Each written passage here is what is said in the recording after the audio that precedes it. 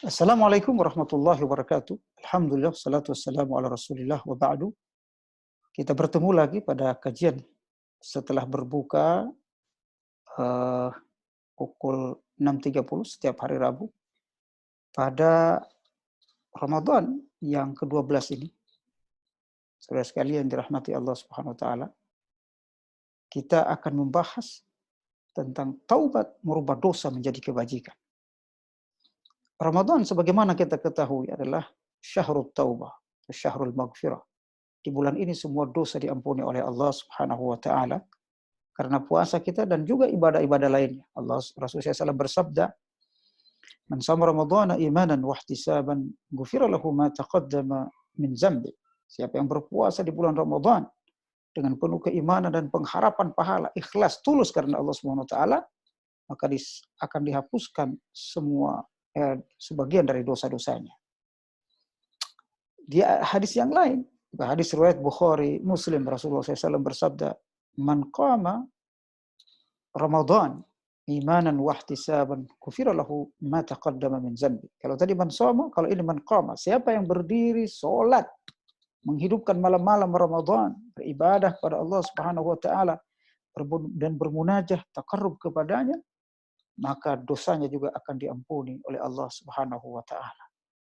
Puasa dan ibadah qiyamul lail dalam dua hadis riwayat Bukhari Muslim seakan-akan menunjukkan hampir seluruhnya keutamaan Ramadan itu, puasa di dalamnya, di bulan puasa, di bulan Ramadan adalah menghapus dosa, membuka pintu taubat yang seluas-luasnya kepada hambanya, kepada umat ini, agar bersih dari segala dosa, maksiat.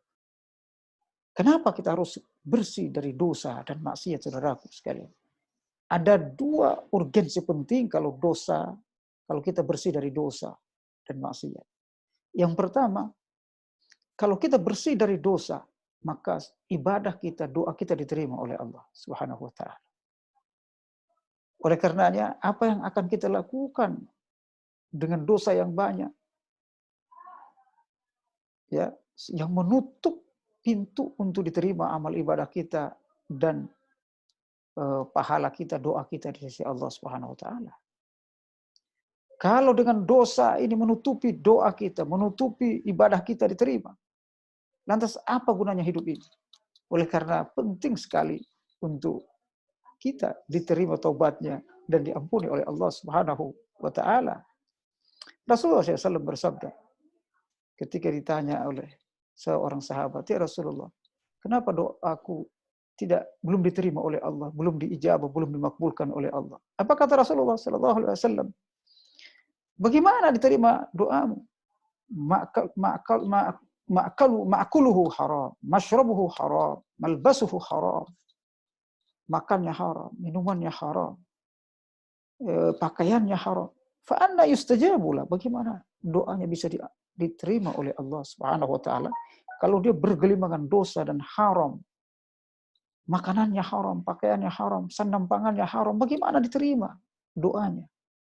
Ibadahnya menjadi rahmat baginya kalau dosanya, maksiatnya memenuhi tubuhnya, memenuhi jiwanya.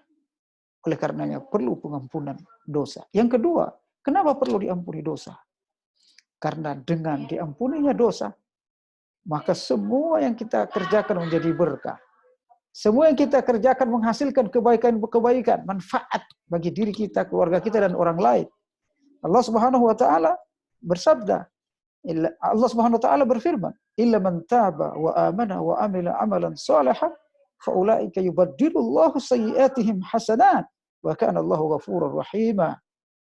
Kecuali yang bertobat dan beriman serta beramal soleh dari hambaku, kata Allah, maka mereka itu akan digantikan oleh Allah Subhanahu wa taala keburukannya, maksiatnya tadi, dosanya tadi diganti oleh Allah Subhanahu wa taala dengan kebaikan-kebaikan. Hasanat, banyak kebaikan. Di antara kebaikan di sini rezekinya berkah, ya, keluarganya berkah. Dalam ayat yang lain Allah Subhanahu wa taala berfirman dalam surat Nuh, orang kalau sudah diampuni dosanya, faqultu astaghfiru rabbakum innahu kana ghaffara yursilis samaa'a 'alaikum midrara wa yumdidukum bi amwalin wa banin. Nuh berkata, ya Allah, aku telah meminta ampunkan kepada umatku, aku ajarkan untuk beristighfar. Beristighfarlah kepada Allah Subhanahu wa taala. Kalau kalian beristighfar lalu diampuni dosanya oleh Allah Subhanahu wa taala, apa kata Allah?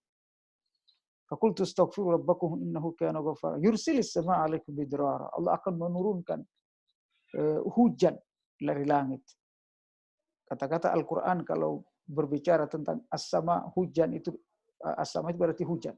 Hujan yang mengandung keberkahan, bukan musibah. Jadi rizki dari langit.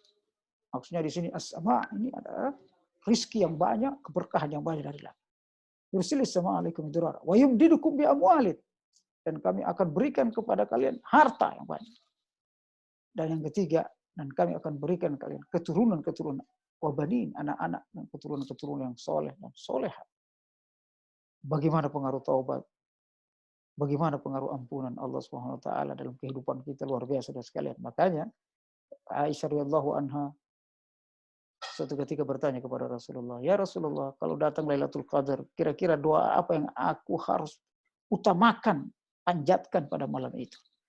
Apa kata Rasulullah sallallahu alaihi wasallam? "Faquli Allahumma innaka afuwan tuhibbul afwa fa'fu anna." Katakan, ya Allah, sesungguhnya Engkau Maha Pengampun, menyukai, mencintai ampunan, dan ampuni aku ya Allah. Jadi fokus doa adalah ampunan. Karena kalau ampunan sudah kita raih, keberkahan, pertolongan, istijabatul doa akan diberikan oleh Allah Subhanahu wa taala. Itulah pentingnya istighfar dan taubat yang diterima oleh Allah Subhanahu wa taala. Mari kita bertobat, beristighfar, karena Allah Subhanahu wa taala yaghfirudz dzunuba jami'a. Allah mengampuni seluruh dosa, seluruh maksiat yang kita lakukan. Kalau kita betul-betul taubatan nasuha, betul-betul bertobat secara tulus, ikhlas kepada Allah Subhanahu wa taala. Demikian, barakallahu fiikum, jazakumullah khairan. Assalamualaikum warahmatullahi wabarakatuh.